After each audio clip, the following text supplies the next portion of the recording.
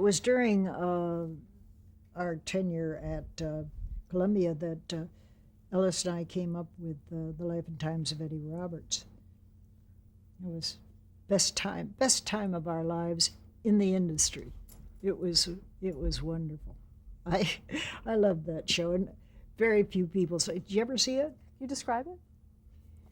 Well, it wasn't as outrageous as Mary Hartman, but it had some of those elements.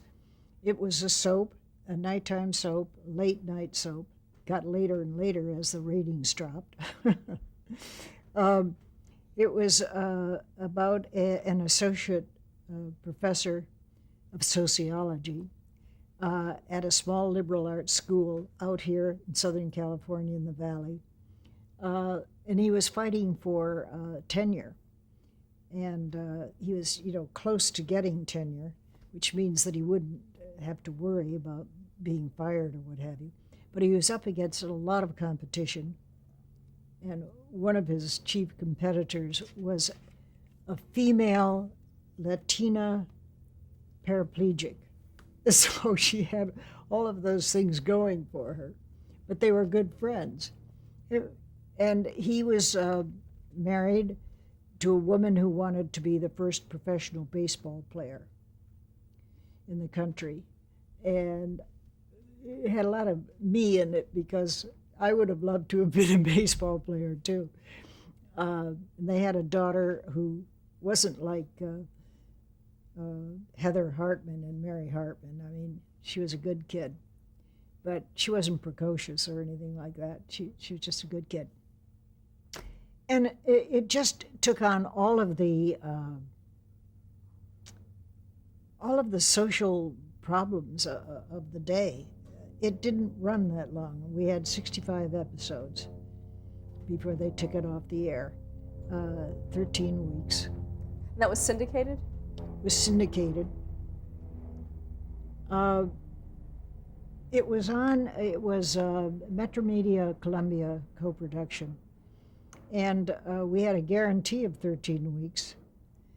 That was the first and only show that Ellis and I executive produced, created, wrote. It was our show. And, it just didn't get the chance that it should have gotten. The ratings that we got on that show were not all that bad. They were like 6s and 7s late at night, which isn't a bad rating. But in those times, they were worried about it.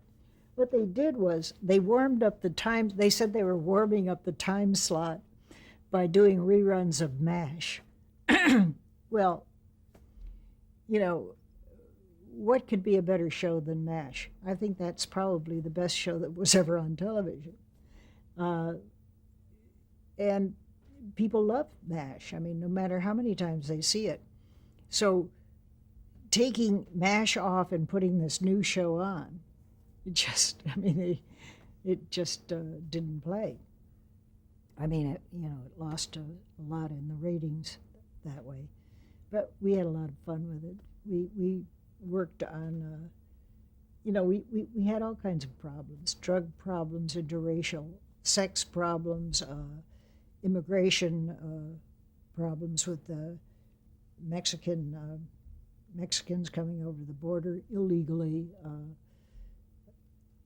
politics,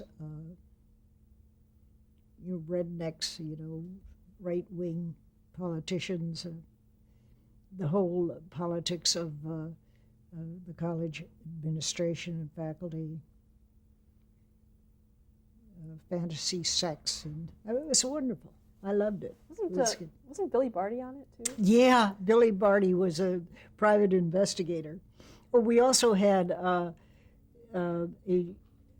wonderful Chinese spy plot, and the spies were this Chinese ping pong team that had come to this country and were playing at the college that was our setting.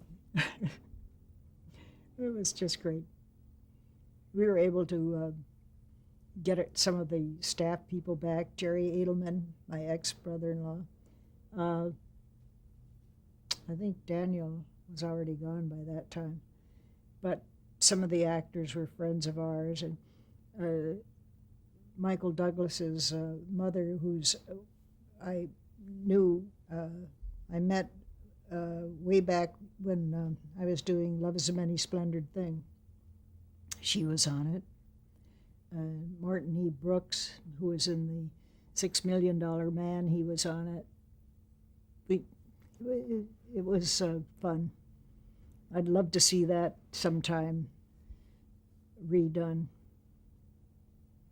Anyway, what we had this 13-week guarantee, and when the ratings kind of were weak and went down a little bit, they said, that's it. Let's take it off the air. And I remember Ellis saying, well, that's it. There's nothing we can do about it. But we had a commitment for 65 episodes. They had to pay us. So I just marched down to Metro Media. I just went into him and I said, look, you have to pay us anyway. We're all set up to go. We were about, halfway through the 13 weeks or 3/4 of the way through. And, I just insisted that we go on and finish out the 13 weeks, hoping that we'd catch up. But we did. We finished the 13 weeks and sadly went off the air.